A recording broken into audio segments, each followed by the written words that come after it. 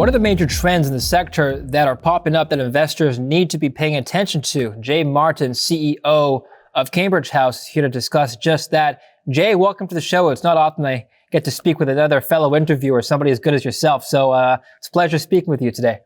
Yeah, it's good to see you, David. I'm glad to be here. Thanks. You are the CEO of Cambridge House, so you've worked with a lot of different industry participants throughout your career. And in particular, you just wrapped up the VRIC. So why don't you give us a summary of what was different this year? What was the attendance like? What were the themes discussed and some of the headliners you had on the show? Yeah. I mean, the major difference was that this one was virtual for the first time ever. Obviously when this hit in March, at Cambridge House, we didn't have to wonder if it was going to impact our business being a live event production company. It was, right in our face. So we knew within 48 hours that we were going to be impacted massively, and which was kind of fortuitous, to be honest, David, because a lot of my friends, fellow entrepreneurs in other industries, they didn't get hit by, the consequences of a global pandemic until 3-6 months in some cases down the road. And so, it was a bit of a lag, but for us, it was very clear on day one, we were going to have to adjust and pivot. And that was actually really fortunate because we started shifting our energy right away, end of March. We were already looking into new opportunities. And the way that business has changed is, you've been to many of our events across North America. We promote the industry, whether we're looking at health science, cannabis, junior mining, whatever. But we do our best to invite the entire industry to participate. Investors show up, they can talk to a spectrum of companies on the trade show floor, which becomes sort of a marketplace for small cap investment opportunities, meet the CEOs and do their diligence firsthand. But we don't endorse individual companies, right? We just endorse the sector and provide opportunities to learn, to hear from experts like Rick Rule or whoever who's on the podium, investors that we respect and have great track records, and then hit the trade show floor and do your diligence. Since our pivot, what we do is essentially we treat our YouTube channel like our conference venue. We produce content with far more consistency. So, a couple interviews per week typically. And then in addition to the weekly rhythm of content, which is conversations with either company CEOs or industry personalities that I want to learn from, we host summits as well. And we did our first summit in November. It was the Gold Summit. It's maybe 15 conversations through the course of a day, and our investor audience could tune in, watch the stream. I sat down one-on-one with company CEOs and then macro finance personalities. And so the VRIC, which is, as you know, our flagship event every January in Vancouver, Canada, we just brought that to the channel, and it ended up being a 3-day stream of one-on-one conversations with, macro economists, finance experts, investors with amazing track records, junior mining personalities, and company CEOs. Yeah, so I'd like to get a sense or a pulse of what they've been telling you over the course of the last week or so, starting with the resource sector. So, I remember last year, Kai Hoffman was making a speech and he was talking about the dangers of, the ETFs and the threats that poses to capital raising in the junior space. So capital raising was definitely an issue, a challenge last year that the industry faced. Do you see that continuing to be a challenge this year, or have people started talking about different challenges? Yeah, I don't see that to be a challenge at all right now. I think that, I wouldn't say money's coming easy, but it's coming a lot easier than it has for a long time. And there's two reasons for that. I mean, what can investors look at right now that isn't overvalued, right? No matter where you're looking in the market and various asset classes, commodities are one of the only things that are relatively cheap, and a great, proxy if you don't want to buy copper contracts or physical gold are the miners and the explorers and the developers, and et cetera. So the attention is there. And I think that the conversations we had at the VRIC were focused on two things, mainly, David. Number one, what are the commodities that we favor in 2021? And I ask everybody, whether I'm talking to a small cap junior mining analyst or up to, our one of our headline keynote interviews at this event was former Prime Minister Stephen Harper. And, it's kind of my job as the interview host to have as many of these conversations as I can, and then find where I see consensus, right? Where do the majority of the experts I respect agree? And then where is the room for debate? And without question, even though silver was the top performing commodity in 2020, I can tell you right now that across the 50 interviews we hosted last week, silver is still the top pick for 2021. Copper is the second.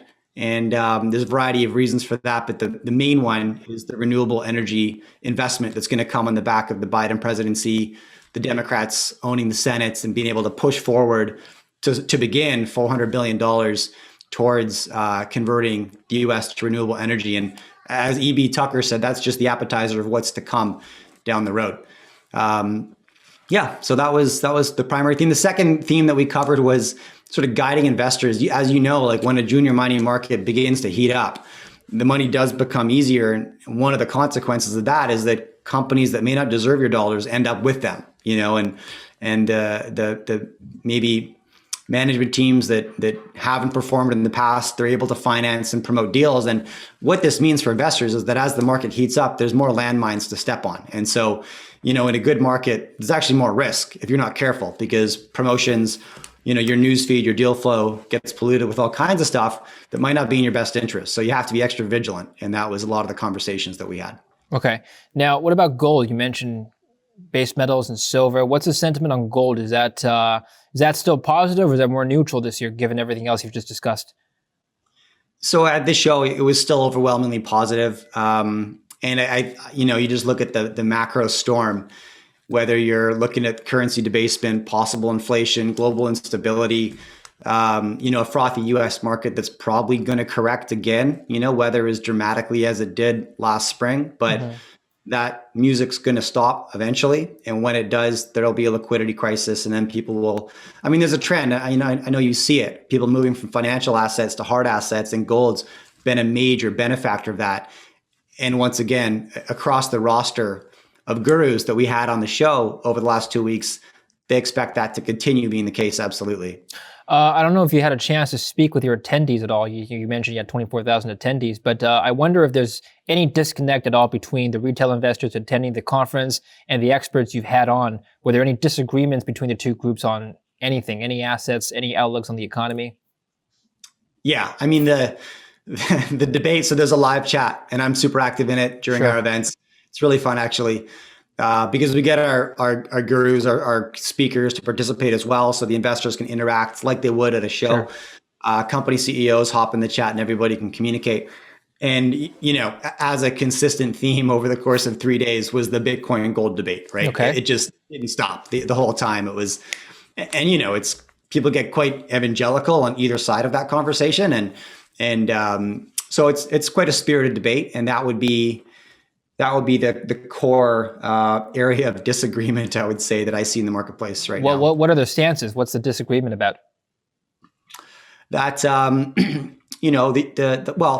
high level argument for gold is we're looking at 5,000 years of history, right? And nobody can predict the future. Absolutely not. And as a result, we don't price predict on our show. We don't try to time markets. It's a mug's game. But you can look at the past, and 5,000 years is a very long history. You can apply that to the future and say, well, it's not a guarantee, but there's a high likelihood this trend will continue for a very long time. The counter to that is that, for 5,000 years, the majority of which we didn't have electricity and telecommunications and et cetera, and things eventually do change. And there's an argument for both. I think that the extreme on either end is wrong, and usually the truth lies somewhere in the middle. And I tend to try to temper the enthusiasm, and I hold both. I don't buy Bitcoin because I'm not buying gold anymore, and I haven't stopped buying Bitcoin when I buy gold. I think today they're actually both important asset classes to have in your portfolio, depending on your perspective for different reasons, maybe for the same. But yeah. Okay. And there's less of a divide than used to be. 2 years ago, it was like gold or Bitcoin, one or the other. And investors couldn't agree. I'm curious, at the VRIC, who likes Bitcoin more, the retail investors that attended or the experts? Definitely the retail. Interesting. Yep. And I've spoken to some people about this issue, and one of the interesting facts about Bitcoin is that, unlike other mainstream assets, it's really the retail investors leading the charge this time, and the institutions following. And so I don't know if you think that it's only a matter of time before you have some of these experts maybe agreeing with the guests. I've just had Peter Schiff on the show, who was a speaker at Rick, and he's always been very vocal about Bitcoin being overvalued. I wonder if it's only a matter of time before larger, more established investors would also jump on the bandwagon. What do you think? Yeah, I think we're seeing that. I think so. I mean, one of our keynotes at this event was Raoul Pal, and he's admittedly irrationally long Bitcoin. 98% of his investable assets personally are now in crypto, which is he doesn't recommend anybody follows that lead. But this is the founder of Global Macro Investor, the founder, co-founder of Real Vision Television. Very experienced hedge fund manager. Like the guy's been around the block and he's very, very intelligent and has a history of being right. And we're seeing that, right? Whenever somebody like Paul Tudor Jones puts even 0.25% of his net worth into something, it makes headlines. And that's happening as well. And then you got personalities like Michael Saylor pushing their corporate treasuries into Bitcoin and et cetera, et cetera. So, what I think about is recall the rally we had in 2017 to 2018 in the Bitcoin price and various cryptocurrencies. And we were running technology conferences in Toronto and Vancouver, and we couldn't find enough cryptocurrency or blockchain related deal flow for our audience. It was like, it was as frothy as it could have gotten, right? But it was 100% retail driven. And as soon as that price began to correct, bandwagon fans do what bandwagon fans do, and they fled the market and it crashed horrifically. And this time, maybe it's different because there's some more sophisticated conservative money in there. Simultaneously, though, when Paul Tudor Jones purchases some Bitcoin, it's going to make headlines. Yeah. When he sells, it's not going to. And yeah, so you had a chance to speak with former Prime Minister Stephen Harper, and one of the things that surprised me of the things he said was that he thinks that Bitcoin has the potential to be a reserve currency. Now, you maybe you can elaborate on this a little further because you had the conversation with him. What exactly did he tell you? Yeah, so he didn't necessarily say that specifically, but he essentially alluded to anything's possible. And this came on the back of his very real fear about the sovereign debt crisis that he believes we're headed towards. And, he became very somber at this point in our conversation. We started talking about are we heading towards the logical conclusion of our financial system as we've known it for the previous 50, 80 years, depending on how you look at it. And he agrees with that. He agrees that we don't know how to get out of the mess we're in. He agrees that no governments know what's going to happen next. And so all bets are off. And therefore, it's worth considering any potential possibilities. What surprised me most about that conversation with the former prime minister was how dramatic he sees this event occurring in front of us. This could be the generational shift in our financial system that nobody alive has really experienced before. We're looking at sort of 80 years ago. And so, yeah, I think that's where he pointed to Bitcoin as a possibility, but is he betting on it? No, he's not, but he did. He did say, I think I remember, he did say that it wouldn't supplant the U.S. dollar. It's still, the U.S. dollar is still likely going to remain the de facto reserve currency of the world, right? And and I wonder if when he was talking about the financial system, was he referring to Canada or the U.S. or just the world in general? Yeah, developed sovereign nations in general. Okay. And did he tell you whether or not he had similar sentiments when he was in office? We touched on that, and he didn't, because he's the guy the prime minister who managed Canada through the 2008 financial crisis, which wasn't really a financial crisis in Canada. Our banks were well capitalized. We had the lowest debt to GDP of any G7 nation at that time. Alberta had a positive balance sheet. We were actually set up very well. And so managing that was very different than managing this. In addition, I guess where he sees our fault right now is that coming out of 2008, we fell right into a commodities bull market, and Canada was positioned very well to capitalize on that. So as hurt as we got, even if we had been hurt more in 2008, we had this massive benefiting event coming out of this, which was, a 3-4 year commodities market that the world wanted what Canada had. His concern is that we're going to have that life raft coming out of this crisis, but we're not set up to capitalize on it as well this time. Right. Okay. And what is your personal view on the economy and risk assets? Can we see a recovery this year, or can we see in terms of the economy, and then separately from that, the equities markets? Can we see either a continuation of the bounce back we saw last year, or can we see a crash? Yeah, I think they're completely decoupled from one another, being the market and the economy, right? And I I can't really see an event that would slow down the U.S. market because they're going to keep on propping it up and stimulating it as long as they have to. And no one really knows how far you can kick that can down the road, but it is 100% decoupled from the economy. And I'm talking about small to medium businesses, right? You can't print those cash flows. And Hmm. it's very probable that we're looking at, a coast to coast widespread insolvency crisis because of that, right? And if you're in the restaurant business, the service business, hotels are operating at like 40 to 60% occupancy. They're built to operate at 80, so that's not sustainable. These things will come to light, and they'll have to face the music soon here. Um, and the market doesn't reflect that at all. Having said that, is there some kind of a vaccine recovery? Like, I can just speak about myself. I have a lot of pent up demand to Hmm. get back to life. Like, I have enjoyed quarantine. I'm built for this. I like being at home, but my calendar is full of recreational and business travel commitments. As soon as I can make them, I'm now very much looking forward to getting back. And I imagine I'm not alone in that. I So, had this discussion with somebody else earlier today about what people are doing with the extra cash that they've presumably saved up over the course of the pandemic. And just going back to your example, why would why would you not save your money? Because why would you not continue your lifestyle that you've already had? Why would you change what you've already been living through over the last 8 months to a year? Do you see your life changing at all? well, certain things, yes, I don't have a corporate office anymore, and I won't add that back. We don't need it anymore. We're very functional as a team, remote. And that's nice because that was the goal for us 2 years ago. And we were just kind of figuring out how to do it. COVID provided the sense of urgency to figure it out fast. And now we have, Hmm. and I can't see us going back. There's instances where I will look for office space for some of our employees. If you live with your partner and you have a dog and you're in a 1 bedroom apartment, it's not conducive to working from home, but there's opportunities that solve that don't include a 5-year office lease.